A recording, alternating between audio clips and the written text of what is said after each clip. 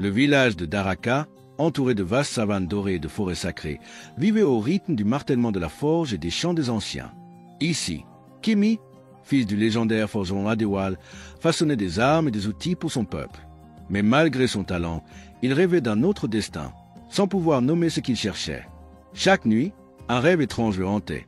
Un masque d'or flottant dans les ténèbres l'appelait par son nom, tandis qu'une voix ancienne murmurait « Trouve-moi, où l'ombre dévorera la lumière ». Un soir, alors qu'il réparait une lame brisée, une chouette aux yeux roux se posa sur le rebord de sa forge. Puis un vieil homme vêtu d'un boubou indigo entra en silence. Son visage était ridé comme l'écorce d'un baobab et son regard brûlait d'une sagesse insondable. « Fils du feu, il est temps », murmura-t-il en déposant un médaillon sur l'enclume de Kemi. Le bijou portait l'emblème du masque du destin, un artefact que l'on disait perdu depuis des siècles.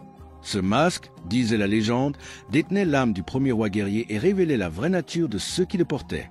Kemi recula, hésitant. Il n'était qu'un forgeron, pas un héros. Mais cette nuit-là, des cavaliers masqués surgis des ténèbres incendiaires d'Araka à la recherche du médaillon.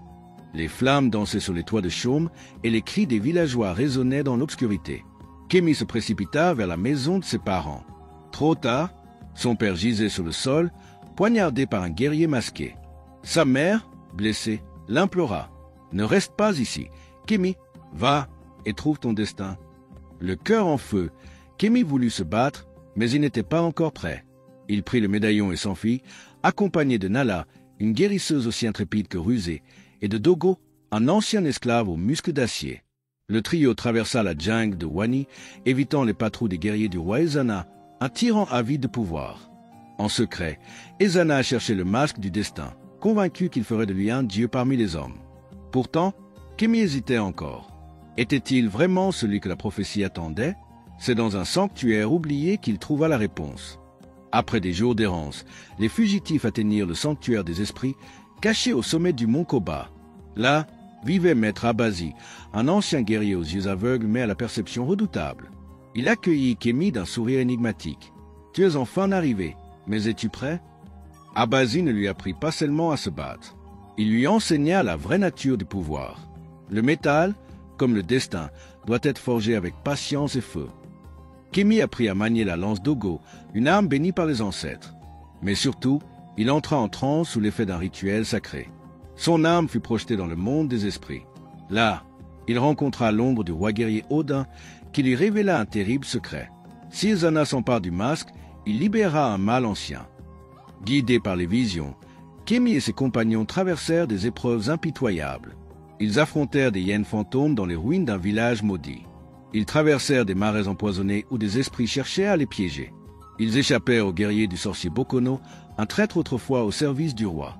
Enfin, ils atteignirent la cité perdue de Zanari, où le masque du destin reposait sur un autel de pierre. Mais roi Ezana et son armée les attendaient déjà. Un combat féroce éclata. Kemi se battit avec la lance Dogo, tandis que Nala usa de sa magie pour ralentir les ennemis. Ezana s'empara du masque et le plaça sur son visage. Mais au lieu d'acquérir le pouvoir absolu, il poussa un hurlement de douleur. Le masque dévora son âme, révélant son cœur noirci par l'avidité. Un tourbillon d'énergie ancestrale l'enveloppa, le transformant en statue de pierre. Le masque tomba aux pieds de Kemi. Il le prit avec respect, sentant en lui la puissance des ancêtres. À cet instant, il comprit que son rôle n'était pas d'être un conquérant, mais un gardien. De retour à Daraka, Kemi n'était plus le même. Il n'était plus seulement un forgeron. Il était devenu le gardien du masque. Les chants des griots résonnaient sous la lune ivoirienne, transportant le nom de Kemi bien au-delà des plaines et des montagnes. On disait qu'il avait défié un roi, affronté les ombres et découvert un pouvoir ancien. Mais ce que nul ne savait, c'est que son voyage ne faisait que commencer. Lorsque Kemi, Nala et Dogo retournèrent à Daraka, ils s'attendaient à être accueillis en héros. Mais quelque chose clochait. Les rues étaient désertes. Les portes des huttes étaient fermées. Un silence pesant régnait. « Quelque chose ne va pas ?» murmura Nala, posant une main sur son collier de protection. Soudain, une flèche siffla dans l'air et se ficha dans le sol devant eux. Des guerriers inconnus surgirent des ombres. Ils portaient des armures noires, ornées d'un symbole que Kemi ne connaissait pas. Un homme à la carrure imposante s'avança.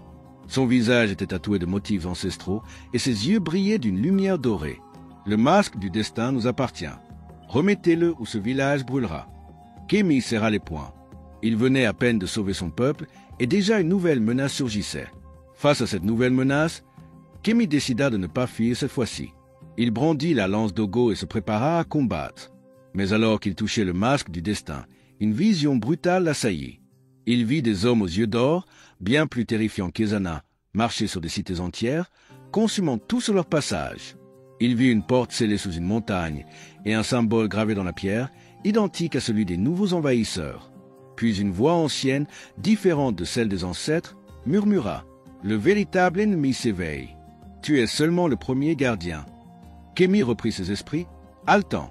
Ce qu'il croyait être la fin n'était qu'un prélude.